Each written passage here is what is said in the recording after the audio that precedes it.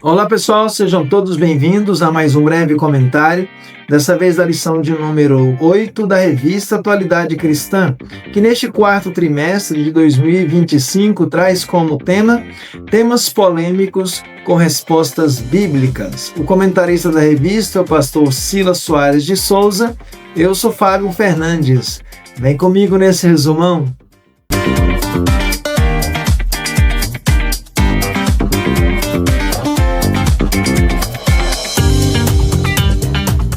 Pessoal, o título da lição de número 8, o perigo do uso de bebidas alcoólicas. A bebida alcoólica representa um grande risco espiritual, físico e moral. A Bíblia não é silenciosa quanto aos efeitos destrutivos do álcool. Ela alerta sobre os perigos da embriaguez, da perda de domínio próprio e das consequências trágicas que isso pode trazer à vida do indivíduo e de sua família. O álcool tem o poder de escravizar, destruir reputações, comprometer o juízo e abrir portas para outros pecados. Alertas bíblicos contra a bebida alcoólica. Uso do vinho fermentado no Velho Testamento. O vinho causa excitação, o vinho faz cambalear, o vinho é zombador, o vinho leva à indigência, o vinho faz com que o que bebe se fira, o vinho faz com que se rejeite a obra de Deus, o vinho faz errar. Em todos os casos, fica patente o alerta divino sobre os malefícios causados pelo vício etílico. A palavra de Deus dá claras ordens com relação à não utilização desse tipo de vinho, cabendo então ao homem obedecer ou não à vontade de Deus. O álcool pode turvar o julgamento, afetar decisões e levar ao pecado. O texto descreve os efeitos do vinho, os quais podem ser dores, contendas, delírios, vícios e confusão. Condena ainda o uso do vinho vermelho que brilha no corpo. Os tipos de bebidas alcoólicas usadas em nossa sociedade são os mesmos sistematicamente condenados pela Bíblia. Os vinhos, as cervejas e os licores de hoje enquadram-se na categoria de bebida forte e nenhum texto sequer pode ser encontrado na Bíblia Sagrada que permita que sejam consumidos por um filho de Deus. A bebida leva o homem a perder o pudor e a prática de coisas abomináveis, ridículas e imorais. A bebida tem levado centenas de pessoas à morte, deixado pessoas aleijadas, provocando brigas e confusões, conduzindo à falência, etc. Isso ocorre porque os que fazem uso do álcool estão sob maldição. Palavra de Deus. A embriaguez pode destruir famílias. A embriaguez pode destruir famílias, reputações e relacionamentos. A bebida cria brigas, feridas e confusão. Prejudica o exemplo dentro do lar. Enfraquece a autoridade e o respeito familiar. Filhos perdem o respeito por pais bêbados. A esposa sofre com a responsabilidade de marido embriagado. A embriaguez pode parecer prazerosa no início, mas seus frutos são destruição, vergonha e separação. Muitas famílias hoje são destruídas por causa do álcool e a Bíblia já nos alertava para isso. Deus nos chama a um caminho de libertação, sobriedade e restauração familiar. Orientação para os líderes e crentes. Líderes devem se abster. No Antigo Testamento, bebidas fermentadas nunca deviam ser usadas na casa de Deus, e um sacerdote não podia chegar-se a Deus em adoração se tomasse bebida embriagante. O vinho não serve para os reis. Reis, sacerdotes e pastores devem evitar a bebida que altera o juízo. Recabe foi o ancestral da família dos Recabitas. Seu filho Jonadab aparece em 2 Reis, capítulo 10. Jeremias foi enviado por Deus para dar uma lição ao povo de Judá por meio do exemplo dos Recabitas. Deus ordena que Jeremias ofereça vinho a esse grupo, sabendo que eles se recusariam.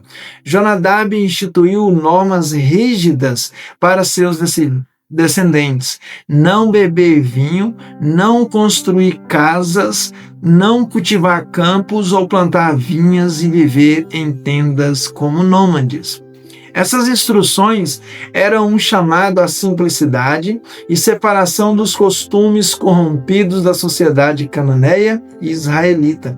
Deus manda Jeremias oferecer vinho aos recabitas, mas eles recusam com base na ordem de Jonadab. Eles não desobedeceram nem mesmo numa ocasião aparentemente autorizada pelo profeta. Isto mostra uma lealdade profunda à sua tradição. Nosso corpo é templo do Espírito Santo. Quando uma pessoa aceita Cristo como único e suficiente Salvador, o Espírito Santo passa a habitar nela. Isso significa que Deus faz morada no nosso corpo interior. O corpo do cristão pertence a Deus. O corpo deve ser santo, o que envolve fugir da imoralidade, fugir de vícios, das impurezas e de tudo o que desonra o corpo. É um chamado à santidade, pois Deus leva a sério a forma como tratamos o nosso corpo. Ser templo não é apenas um conceito físico, mas espiritual. É nosso dever cuidar do corpo com reverência, não por vaidade, mas como um ato de adoração. Devemos glorificar a Deus com hábitos saudáveis e santos. O cristão deve escolher a sobriedade. Cristãos são chamados a viver com equilíbrio. Vigilância e domínio próprio são incompatíveis com a bebida alcoólica. O cristão é chamado à moderação, à sabedoria e ao testemunho santo. A graça de Deus nos ensina a viver longe da impiedade e do vício. A graça de Deus não apenas perdoa, mas ensina a viver. O equilíbrio é resultado de uma vida que abandona os extremos do pecado e busca a vontade de Deus. O modo como o cristão vive, com equilíbrio emocional, espiritual e prático, é um testemunho vivo do Evangelho. O equilíbrio é um sinal de maturidade cristã. O mundo está cheio de excessos e descontrole, mas o cristão é chamado a refletir a paz, a prudência e a moderação ensinadas por Jesus Cristo. Quem anda com Deus vive com disciplina, com sensatez e principalmente com equilíbrio. As bodas de Caná e a ceia do Senhor. Jesus transformou perto de 600 litros de água em vinho.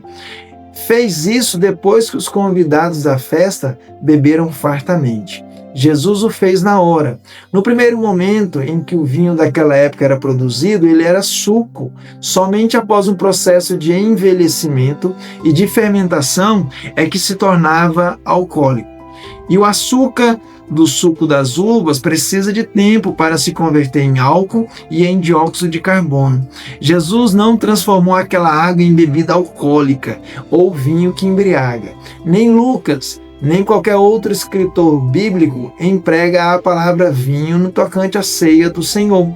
Os escritores dos 3 primeiros evangelhos empregam a expressão fruto da vide. O vinho não fermentado é o único fruto da vide verdadeiramente natural, contendo aproximadamente 20% de açúcar e nenhum álcool. A fermentação destrói boa parte do açúcar e altera aquilo que a videira produz. O vinho fermentado não é produzido pela videira. Vencendo as tentações. Daniel foi levado cativo para a Babilônia ainda jovem e selecionado para servir no palácio do rei Nabucodonosor, onde receberia educação e a comida da mesa do rei, como parte de um processo de reprogramação cultural e espiritual. Isso incluía costumes, religião, nome novo e dieta, símbolos da vida mundana e pagã. A comida e o vinho do rei representam aqui o sistema de prazeres e excessos da Babilônia. Comer do que era consagrado a ídolos e participar dos costumes do palácio era uma forma de se contaminar espiritualmente. Daniel não se contaminou com as iguarias do rei e nem com o vinho. Entre as primeiras consequências da bebida estão a ausência de inibições, o enfraquecimento do autocontrole e a falta de juízo. O diabo está sempre procurando tentar-nos, mas Para enfrentar essas tentações, o Filho de Deus deve estar profundamente alertas e sóbrios em todo o tempo. O Senhor destruirá aqueles que destroem seus corpos. Coisas intoxicantes destroem o templo de Deus e seu uso não pode ser considerado um meio de o glorificar. A Bíblia adverte que os bêbados não herdarão o reino de Deus. O uso de bebida alcoólica pode parecer inofensivo a princípio, mas a Bíblia revela seus muitos perigos. O cristão é chamado a viver com sabedoria, sobriedade e bom testemunho. Melhor é ser cheio do Espírito Santo do que controlado por qualquer substância. Pois bem, pessoal, quero agradecer por ter assistido até aqui, esse breve comentário da lição de número 8. Também quero deixar o convite para você participar conosco da Escola Bíblica Dominical, das 9 às 11 horas, na Igreja Evangélica Assembleia de Deus, pastoreada pelo pastor Joel Moré. Nós estamos localizados na quadra 118 Lote A, ao lado do quartel do Corpo de Bombeiro de Santa Maria, Distrito Federal. Um forte abraço para todos vocês, fiquem com Deus, Deus abençoe a todos.